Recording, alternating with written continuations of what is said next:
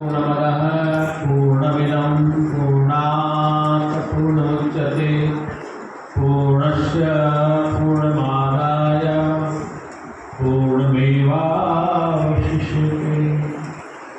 ॐ ब्रह्मार्पणं हविर्मग्नो ब्रह्मणाहुते ब्रह्मेव तेन गन्तव्यं ब्रह्मकरं समाधिनाम्। 2 मिनट में श्वास सब लोग कीर्तन करेंगे। जय सतगुरु दीन दयाल हरे, जय सतगुरु दीन दयाल हरे, जिनके भव सागर पार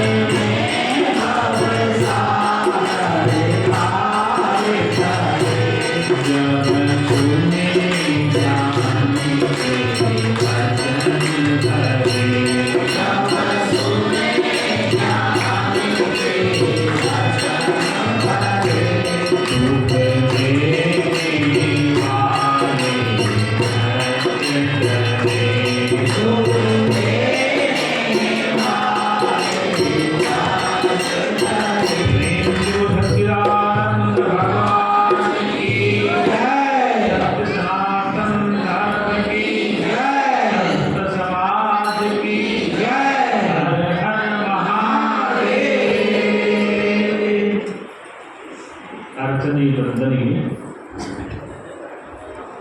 उस जगत नियंता परमपिता परमात्मा के चरण में विराजमान उपस्थित समस्त संतजन भक्तजन भक्तिमय माताएं बच्चे बालिकाएं सौभाग्य से मानव शरीर हम सबको प्राप्त हुआ है। इस मानव शरीर को प्राप्त करने के लिए देवी देवता भी उस परमपिता परमात्मा परब्रह्म से याचना करते हैं कि प्रभु ये मानव शरीर हमें एक बार मिल जाए, क्योंकि मानव शरीर ही सत्संग सुन सकता है, मानव शरीर ही परमपिता परमात्मा की चर्चा कर सकता है, मानव शरीर ही मुक्ति का रास्ता समझ सकता है और किसी भी जीव जंतु को अधिकार प्राप्त नहीं। 184 बीच में यह दरवाजा ये एक ही दरवाजा है। कहने का तात्पर्य है एक दरवाजा क्या है? 4 प्रकार के संसार में शरीर बनते हैं। छोटी सी एग्जाम्पल में खत्म करता हूँ, क्योंकि कई बार बता चुका हूँ। एक शरीर अंडे से बनता है, किससे बनता है? एक शरीर बीज से बनता, पेड़ पौधे बीज से बनता। पशु पक्षी का शरीर, मनुष्य का शरीर देह से बनता है, पशु और मनुष्य का शरीर देह से बनता है। एक पसरे से बनता है, जैसे हमारे शरीर में गंदगी इकट्ठी हो जाए, पसीना आ जाए तो उसमें जू पैदा हो जाए, उसका बीज बाजार में खेती में से बोलते हैं, ऐसे नहीं बोलते, ऑटोमेटिक गंदगी से पसीने से पैदा हो जाए। इसलिए 4 प्रकार की सृष्टि है। अंडे से पैदा होने वाली, जेल से पैदा होने वाली, फसे से पैदा होने वाली और बीज से पैदा होने वाली। इनमें सबसे श्रेष्ठ है मनुष्य शरीर। लेकिन 84 लाख योनि क्या है? 4 प्रकार के शरीर का जो निर्माण है। अब ये बताओ अंडे से कितने प्रकार के पक्षी पैदा होते हैं? हमने शायद सारे दिन देखे होंगे। दुनिया के ग्लोबल में देखो कितने प्रकार के पक्षी अंडे से पैदा होते हैं। हम कुछ पक्षियों को जानते हैं जो भाग में रहते हैं, विदेश में बहुत होते हैं। और अनेक प्रकार के प्रजाति पशु, बंदर, चिड़िया, ऐसे ही हाथी, घोड़े, शेर, अनेक प्रकार के है। वो शेर एक ऑस्ट्रेलिया से अलग होगा, अफ्रीका अलग होगा, इंडिया का अलग। बंदर जाति एक ही, तो बंदर के विभिन्न प्रकार हैं। वहाँ के बंदर कैसे, यहाँ के बंदर कैसे, बंदर ऐसे ही मनुष्य भी एक प्रजाति है। लेकिन इसमें अनेक प्रजाति। दक्षिण भारत के आदमी एकदम काले होते हैं, जो समुद्र तट गया है वहाँ अधिकतर लोग ब्लैक कलर के होते हैं। इधर उत्तर भारत में आदमी साफ होते हैं, पहाड़ों में आदमी कलर साफ होते हैं। तो प्रकृति का विधान बना इसका, इसे कोई बच नहीं पाए। तो कहने का तात्पर्य है कि इन सब में श्रेष्ठ शरीर मनुष्य का है। श्रेष्ठ इसलिए बताया शास्त्रों में कि सत्संग के द्वारा ये अपने निज आत्मा का बोध करके संसार के दुखों से छूट सकते हैं और किसी भी जीवन के पास ये अधिकार प्राप्त हो, खाने का, पीने का, धोने का, बच्चा पैदा करने का, लड़ने का ज्ञान जो पशु पक्षी को भी होता है। किसको होता है? पशु पक्षी को भी होता है। जंगल में शेर भी लड़ते, हाथी भी लड़ते, सांप भी लड़ते, गाय भी लड़ती, सब लड़ते और सब खाते, सब समझाने वाला। और इतना ही काम मनुष्य का अधिकार है। तो शास्त्र कहते हैं देव तुलोगे भव भारभूता अवश्य रूपेण विराज रखती। जो इस संसार में आया है एक हिरण की तरह घास खाता है, तो पता नहीं, ये पता चलने क्या है कि वह एक ऐसा प्राणी है, एक ऐसा जीव है जो अपने ईश्वर को खोज सकता, अपने ईश्वर का ज्ञान कर सकता और किसी भी प्राणी में अधिकार नहीं। उसकी बुद्धि विकसित नहीं है जितनी मनुष्य की विकसित, जितनी मनुष्य की विकसित है। इसलिए मनुष्य ही परमात्मा का ज्ञान है। इसलिए सत्संग, उपदेश और आदेश इसके लिए मनुष्य। जैसे उदाहरण के पशु पक्षी वस्त्र नहीं पहनते, नग्न घूमते, मनुष्य नग्न घूमता तो क्या कहते हो? अभद्र। यदि प्राचीन काल में जब कपड़े का आविष्कार नहीं था, मनुष्य आदि मानव जंगल में ऐसे रहता। जिस समय कपड़े का आविष्कार नहीं था, केवल जंगली पत्ते होते थे, वो तन को ढक लेते थे। आज भी आदिवासी इलाकों में जाके देखो, वहाँ के हम भी कपड़े नहीं करते। डिस्कवरी देखो, वहाँ के लोग आज भी पत्तों से को ढकते, कपड़े नहीं पहनते। आज भी शिकार करते हैं जंगल में, कच्चे पशु खा जाते हैं। आग का आविष्कार नहीं था, जब आग का आविष्कार नहीं था तो भूल कैसे बच सकते? इसलिए मनुष्य आदि मानव हमारे ही पूर्वज, आदि मानव हमारे ही पूर्वज पशु पक्षियों को बिना पकाए खा जाते हैं। अन्य सब जानते थे क्या होता है। गेहूँ तो अभी 40-50 साल पहले तक लोग जानते थे गेहूँ भी कोई चीज होगी, जो जवार बाजरे जानते थे। कहने का तात्पर्य कुछ चीजें हम जो समय के साथ विकसित हुई हैं, जैसे पहिए का आविष्कार, लकड़ी का आविष्कार, अग्नि का आविष्कार, धातु का आविष्कार, हवाई जहाज का आविष्कार, इस समय के अनुसार मनुष्य ने किया। क्या इस समय के अनुसार मनुष्य ने विकास किया। तो विकास मनुष्य की क्रमबद्धता से होता है। मनुष्य क्या है? विकासशील है, जिसका विकास क्रमबद्धता से होता है।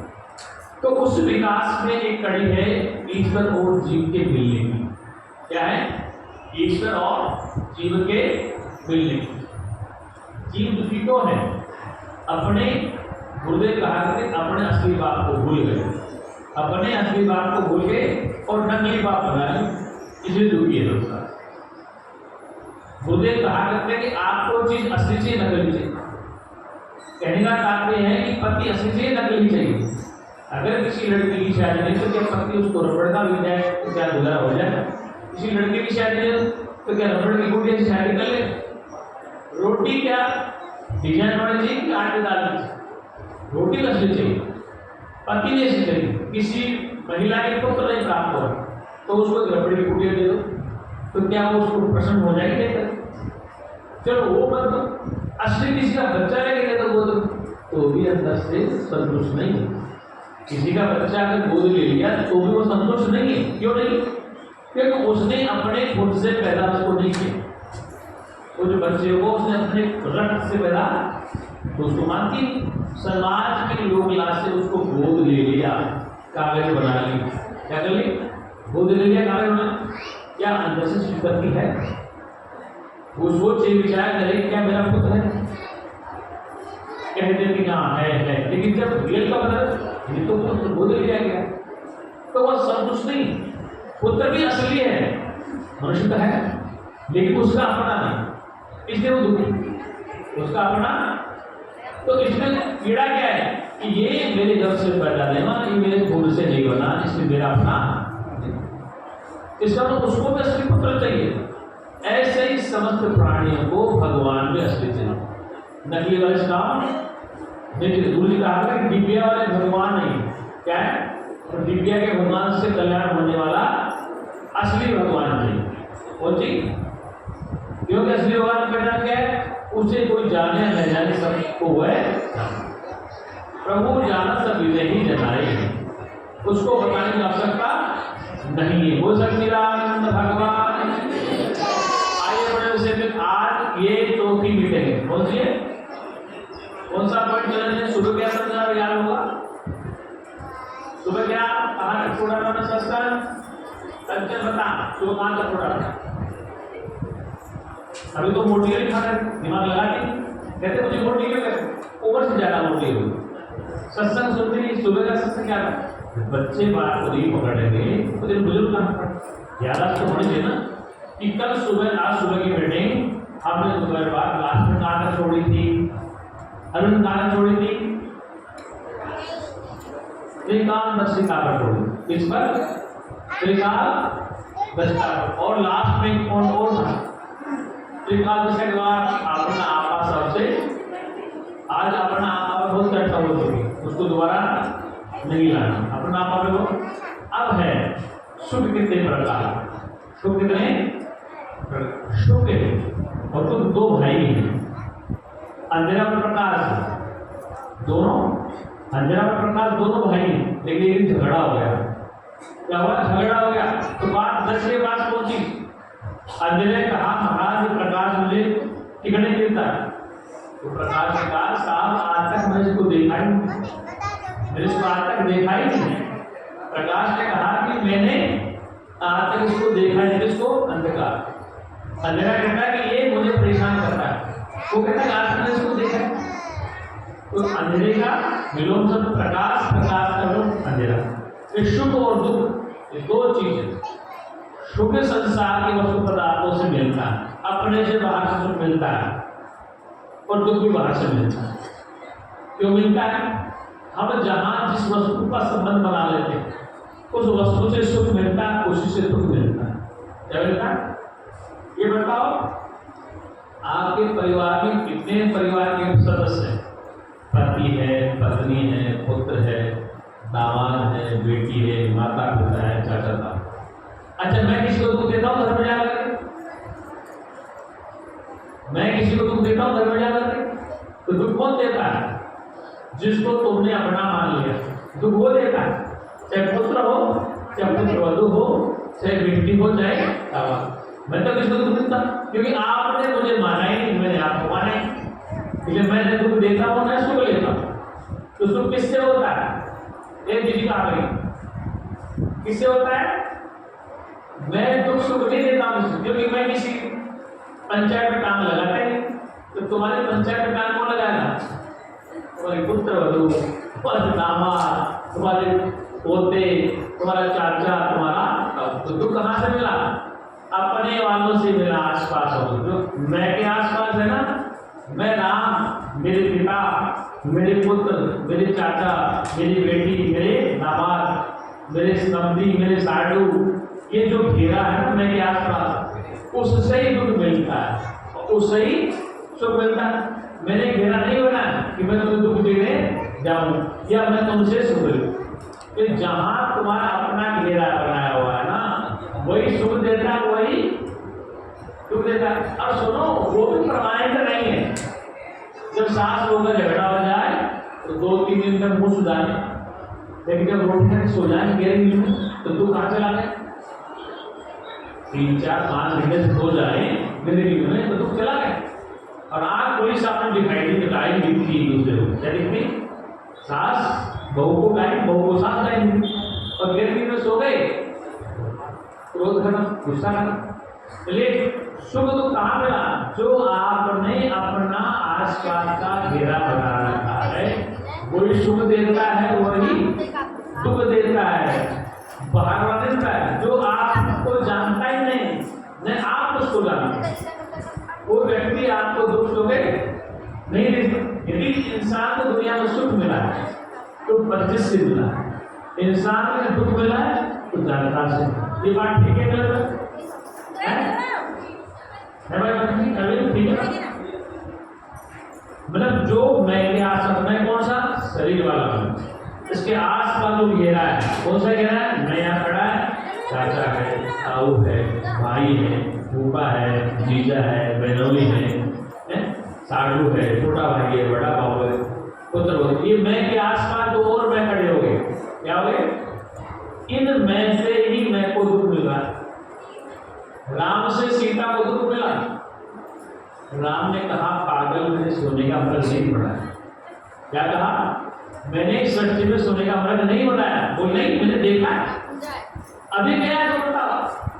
राम ने समझाया कि मैंने इस सृष्टि में ऐसा सोने का अमृत नहीं बनाया है जो जोड़ता अमृत तो है, जो सोने का दिया ऐसा नहीं, तो नहीं लेके आओ। अब क्या है? प्रिया हट है। क्या है? प्रिया हट पत्नी का हट है, प्रिया हट, राज हट और जोग हट। ये बड़े खतरनाक है। प्रिया हट स्त्री का, राजा का हट और जोगी का हट, ये बड़े खतरनाक। और बालक का हट, बच्चे का रोने लगता है, एक तो नहीं, बर्फ खाने को साड़ी है कहीं ना, तो ये हट है। तो अब राम जी को दुख किसने दिया? सीता ने कहा कि सोने का अमृत जोड़ा है तो ले।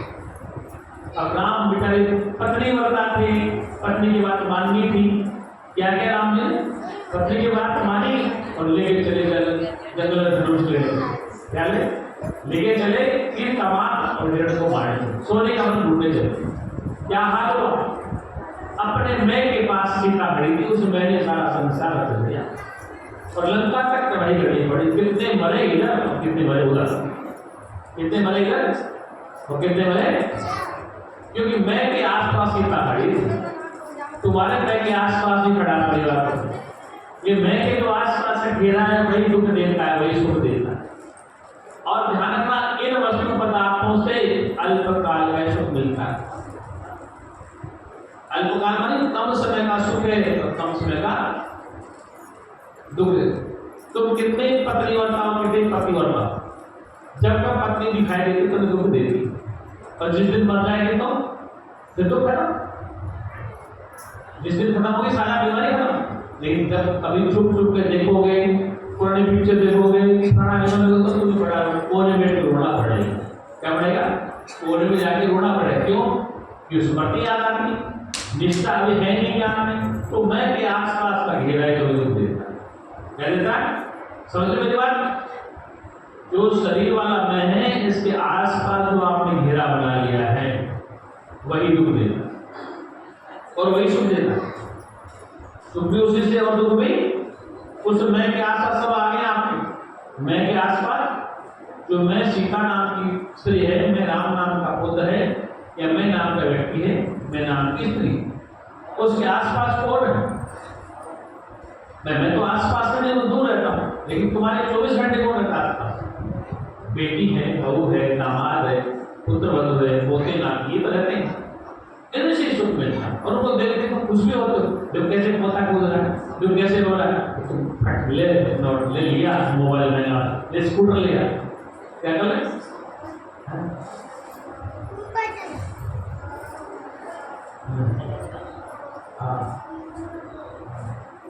दुख पाए हो गए तो क्या हुआ? अब पोता जिद कर रहा है, बोल से जायज पैदा बस तो नहीं दादू, जबकि दादा की बहू से बेटे से नहीं बनती, लेकिन दादू बोल फंसा कहते कि पोता मांग रहा है, चलो दिलाए तो उसको, चलो दिलाए तो उसको मोबाइल, ठीक है। और फिर उनसे बोलचाल नहीं, बहू से पोता से बोलचाल, लेकिन उनकी सेवा पूरी करे। क्या करेगा? पोते से लगा है, बेटा होते लगा, अच्छा बेटा बोल तो चलो डांस कर, वो भी आगे कर देते, तेरी बात मानते दादू, तू जा, घर में सब्जी नहीं तो दादू दुकान था बाजार में, दादू तो सब्जी नहीं, अच्छा बेटा बता तो शाम को रोटी नहीं मिली, तो क्या हुआ? आस पास का जो मैं का घेरा है वही उठ देता है, क्या देता है? उस मैं के घेरे को तोड़ने के लिए जन्म मिला, मैं का घेरा ही दुख सुख देता है, क्या देता है? मैं कई बार मेले जाता हूँ, कई घरों में रुकता हूँ, 5 दिन 4 दिन भोजन करता हूँ, रहता हूँ, सत्संग भी करता हूँ, बस सत्संग करके आ गए, मैं 2-4 दिन रहा, उनकी बातें सुनी इसका नाम कहानी। लेकिन अगर मैं ज्यादा रह जाऊँ तो फिर मेरे आसपास घेरा और बन जाए, इसलिए सब देखने का रुक गए। मैं जहाँ जाना रुकूंगा 10-20 दिन किसी घर में रुकूंगा या महीना भेजे तो मेरा भी घेरा बन जाएगा। अब महाराज मेरी बात नहीं माने, मुझे गाड़ी मिलेगी उसको गाड़ी मिलेगी, मुझे पीछे आगे बढ़ा दे, मेरा घेरा तोड़ना ये समस्या सबका के लिए हो जाए। अगर मेरा घेरा बना ले वो सच्चिदानंद भगवान ये सुख अपने मैं के आसपास और दुख भी अपने मैं के आसपास है, इसलिए दुख की निवृत्ति कैसे हो? बहुकाल करो सत्संगा मैंने प्रयास मोय हरि मंगा, बहुत काल तक सत्संग को श्रवण और सुनने से दुख की निवृत्ति। तो मैं क्या कह रहा हूँ कि मैं के आसपास जो मैं है, चाचा का, ताऊ का, पति का, उनसे सुख थोड़ा सा मिलेगा, दुख भी थोड़े से। और प्रत्येक प्राणी सुख चाहता है, लेकिन सदा रहने वाला चाहिए। कोई भी अल्पकाल का सुख नहीं चाहता, कम समय का सुख कोई नहीं चाहता। सुख ऐसा मिले कि एक बार मिल जाए तो छूटे ही नहीं, क्या करें? सुख ऐसा चाहिए एक बार मिल जाए तो छूटे ही नहीं, तो प्रयास तो करता है ये सुख मिल जाएगा, बेटी की शादी में सुख मिल जाएगा, बहू आगे करेगी तो सुख मिल जाएगा, पोता का सुख देख सुख ढूंढते ढूंढते पूरा हो जाता है, जैसे विश्व किताब हो गया। क्या हो गया था? सुख को तलाश में, सुख की तलाश में। अभी इस बेटे का काम चल जाए, इसकी दुकान चल जाए, इसकी रिश्ते हो जाए, इसका हो जाए, और उस मैं के आसपास सुख ढूंढते ढूंढते सुख मिला ही मिला तो था, लेकिन थोड़े से मिलेगा। इसलिए सदा रहने वाला सुख चाहिए। कौन सा चाहिए? सदा रहने वाला सुख। और सदा रहने वाला सुख कहाँ मिलेगा? पुत्र में नहीं मिलेगा, पति में नहीं मिलेगा, सदा रहने वाला सुख तो परमात्मा का ज्ञान करने से ही मिलेगा। इसलिए वेद की घोषणा है, आनंदो ब्रह्मेति वेदना आनंदे खलवानि भूतानि जाए। क्या? परमात्मा आनंद स्वरूप है। कैसा है? परमात्मा आनंद स्वरूप है, और ये सृष्टि आनंद से उत्पन्न है। किससे उत्पन्न है? सुसुप्ति प्रलय काल में आनंद में चली जाएगी, किसमें ले जाएगी? अब किसमें? अभी मेरा प्रवचन था माउंट आबू में, उन्होंने 4 श्लोक लिखे, 10 मिनट का टाइम मेरे पास, 4 श्लोक बोले मैंने, और जब मैंने धूल उठा के देखा तो वो सारे चेहरे के बड़े शांति शांति की बात कर, सृष्टि का उत्पन्न आनंद से है। इससे वेद की घोषणा आनंदो ब्रह्मेति वेदना, भगवान ब्रह्म आनंद स्वरूप है, आनंद से सृष्टि उत्पन्न है। किसी उत्पन्न है? आनंदमय है, सुसुप्ति प्रलय आनंदमय समा जाए। तो दुख कहां से हुआ? दुख किस कारण से हुआ?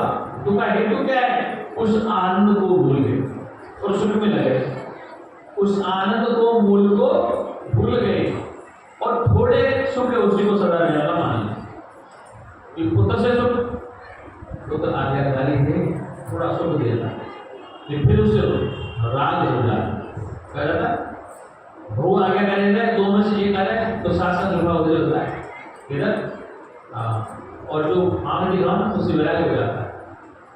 जब वो आज्ञाकारी है उससे प्रेम, मोह, ममता, और आम दिखाना तो उससे वैराग्य हो गया। ऐसे पुत्र भी आज्ञाकारी हो, पिता का मुंह हो जाता।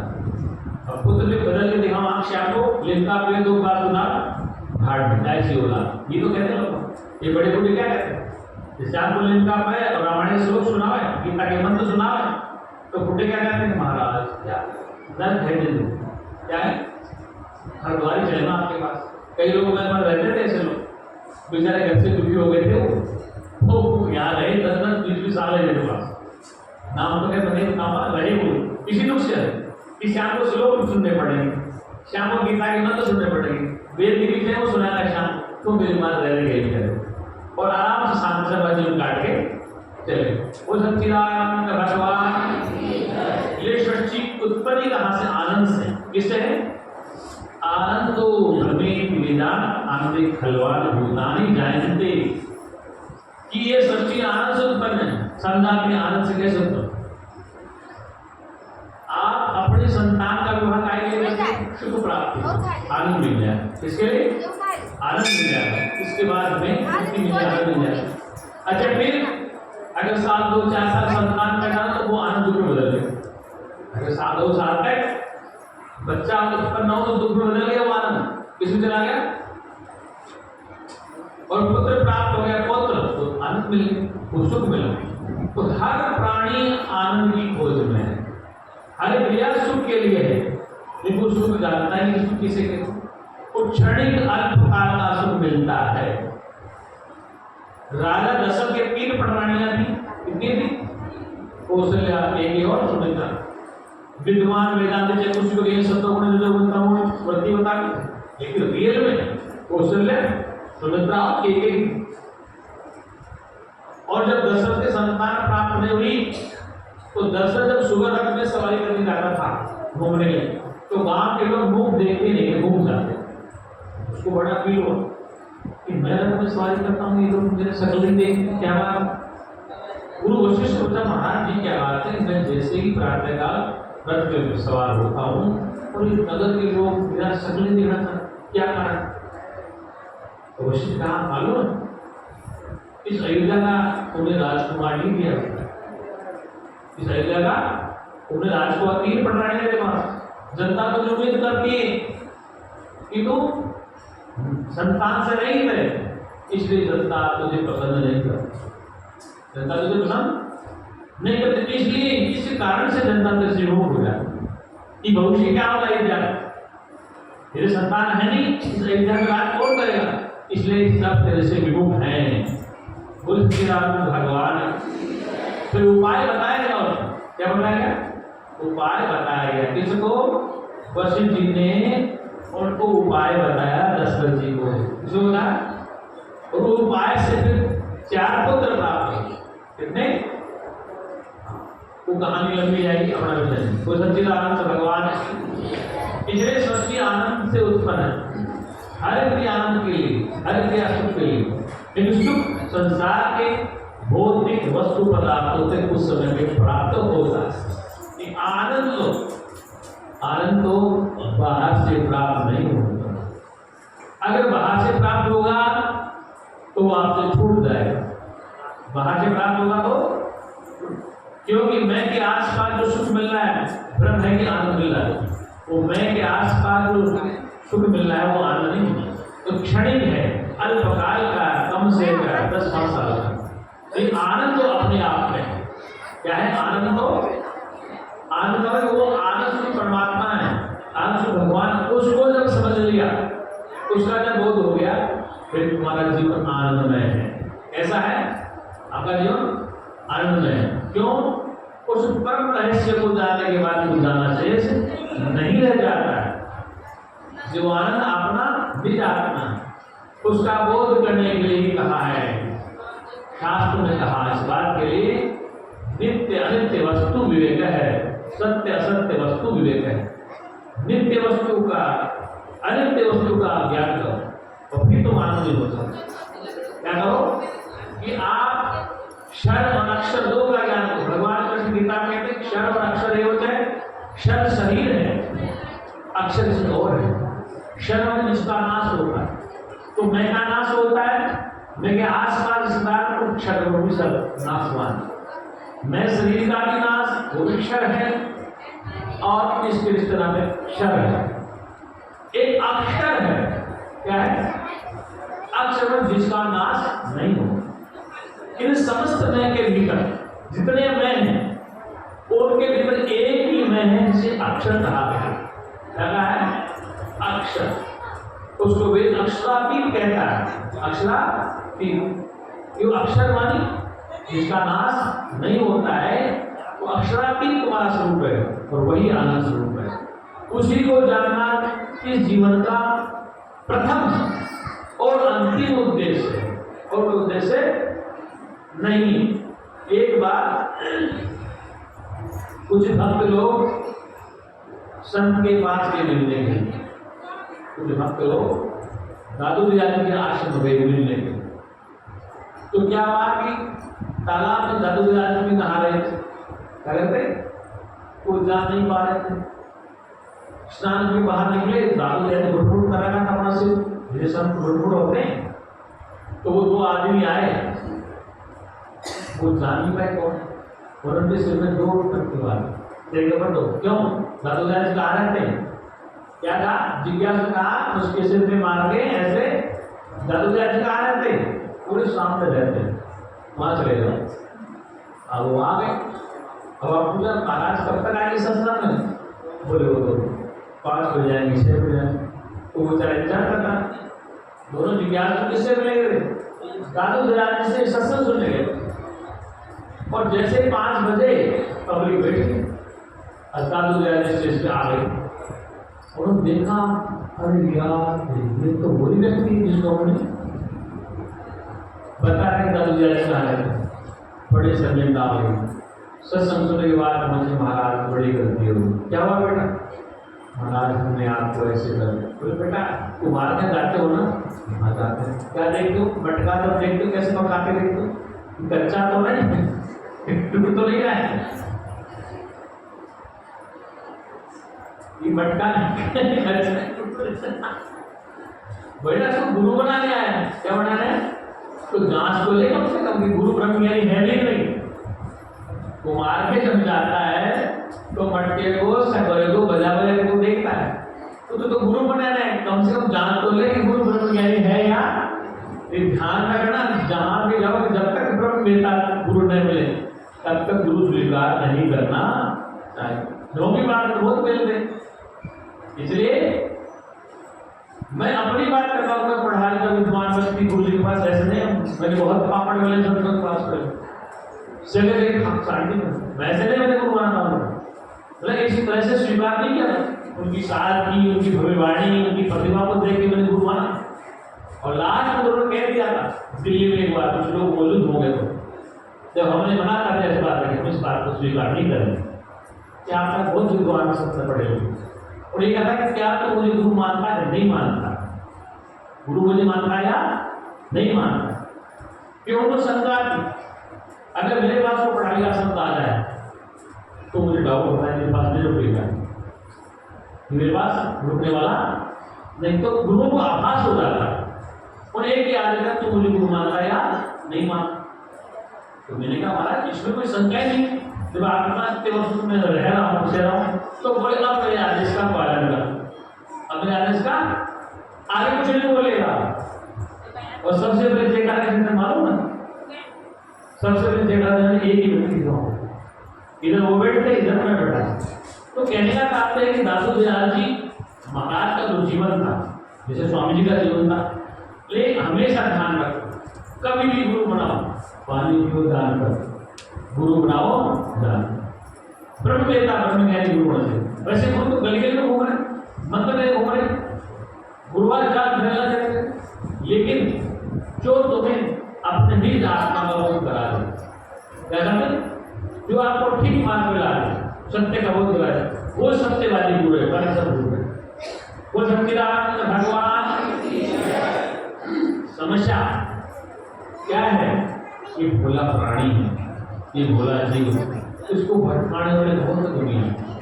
क्या है? अब बरेली के पास में धाम बनाना भी, मनोरा धाम, क्या नाम सुना? कई गेरू नाम करने के गए भी थे ये लड्डू महाराज। श्याम जी का मैं पैदाइश हूँ, श्याम जी मेरे गांव में रहता है। खाटू श्याम मेरे मूल गांव में पुराना और नया है खाटू श्याम, और वहाँ मेरा आश्रम।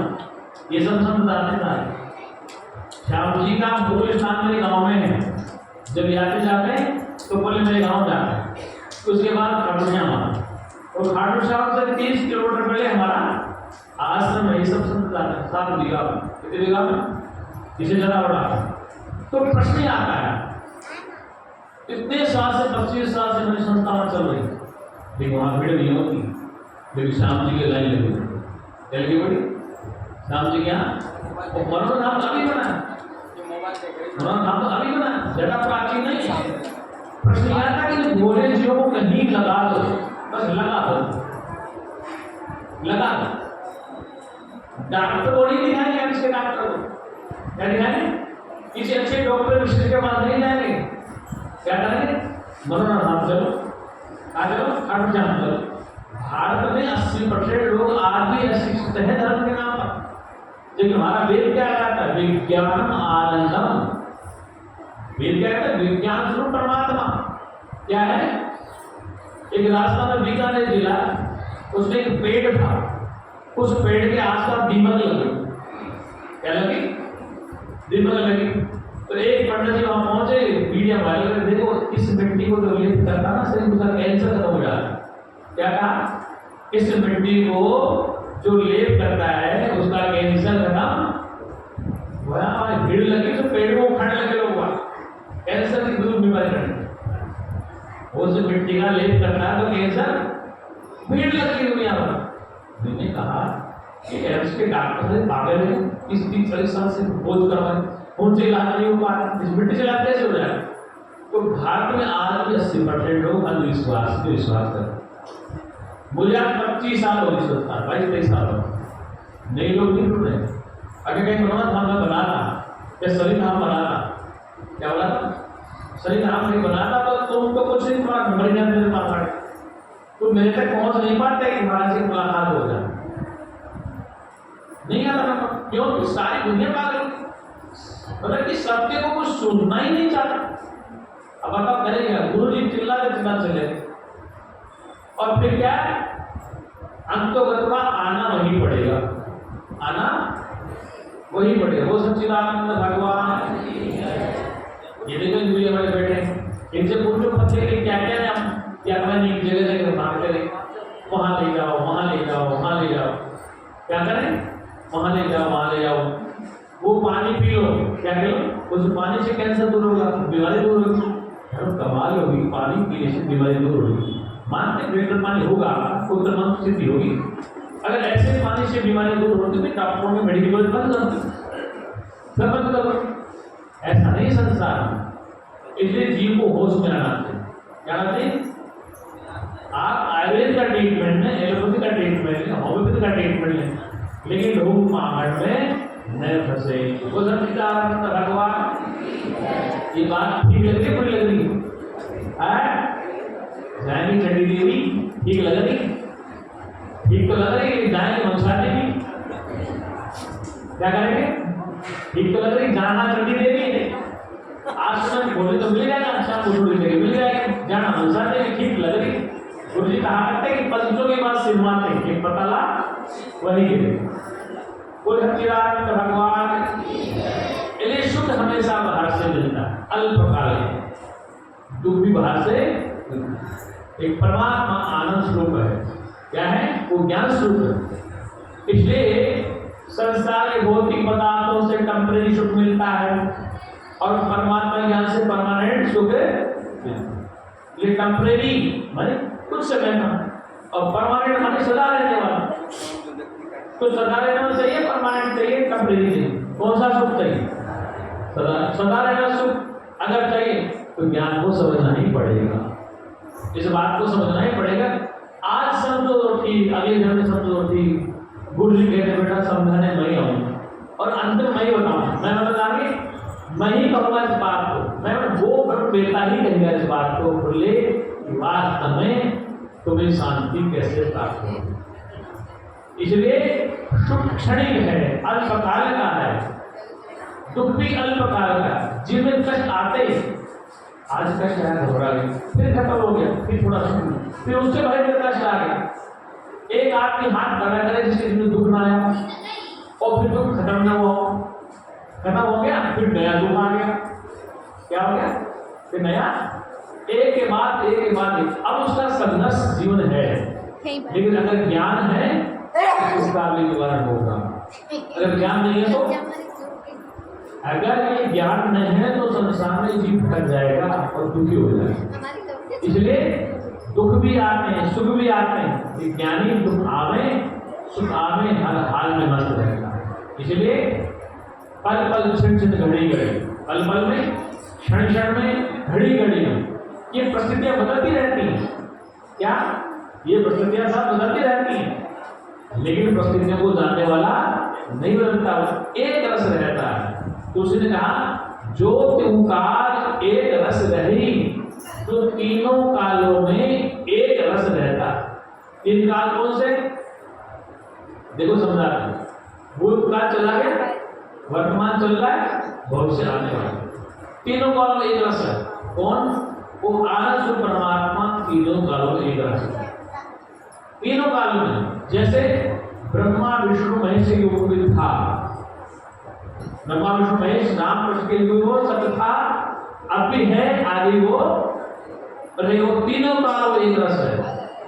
अवतार आते जाते हैं, संत आते जाते हैं, लेकिन वो एक रस रहता है, वो आता जाता नहीं, वो आनंद घटता बढ़ता। जो आनंद पहले भी था, अब भी है, आगे भी रहेगा। आनंद बदलता नहीं, सुख बदलता है, दुख बदलता है, लेकिन आनंद बदलता। अगर आनंद बदलेगा तो फिर उसका मामला गड़बड़। आनंद की परिभाषा क्या है? वो बदलता नहीं। आनंद का विलोम शब्द क्या होता है पता है? आनंद का विलोम शब्द नहीं होता है, दुख आनंद नहीं होता है। सुख का विलोम सुख होता है, दुख का विलोम सुख होता है। आनंद तो अपने आप, आनंदो परमेति ले जाना कि भगवान आनंद स्वरूप है, और वो कौन है? इस तुम्हारा चेतन स्वरूप ही आनंद है। वो आनंद कौन सा है? तुम्हारा चेतन स्वरूप ही आनंद है। अगर सचित आनंद को नहीं जाना, सत्य क्यों? तो जिसका तीन काल में नाश नहीं होता है वो सत्य है, चेतन है, जिससे सब कुछ सिद्ध होता है, ज्ञान स्वरूप है, उसको जाने नहीं जाने सबको जानता है, वो आनंद स्वरूप है, वो सबको आनंद देता है, उसको कोई आनंद नहीं दे सकता। वो आनंद ऐसा है, वो ब्रह्मा को भी आनंद देता है, विष्णु को भी आनंद देता है, महेश को भी आनंद देता है, राम कृष्ण हनुमान को भी आनंद देता है, आप सबको वो आनंद देता है। तो वो आनंद स्वरूप सदा एक रस रहता है। सृष्टि में अनेक अवतार आए, अनेक चले गए और फिर आएंगे जाएंगे, संत आते जाते रहते, आनंद नहीं बदलता है, सत्य नहीं बदलता है, ज्ञान नहीं बदलता। ज्ञान कौन सा? कि विज्ञानी ज्ञानी वकालत की धाराएं बदल सकती, दवाएं बदल सकती, सब कुछ, लेकिन जिसके द्वारा समस्त ज्ञान सिद्ध होता है, जिस ज्ञान के द्वारा समस्त विद्याएं सिद्ध होती हैं, उसे कहते हैं राज विद्या योग, उसे कहते हैं ब्रह्म विद्या, उसे कहते हैं आत्मज्ञान, उसे कहते हैं ब्रह्म ज्ञान। बात समझ में आ रही है? नहीं आ रही? इसलिए वो आनंद स्वरूप तुम्हारा अपना ही स्वरूप, उसको जब तक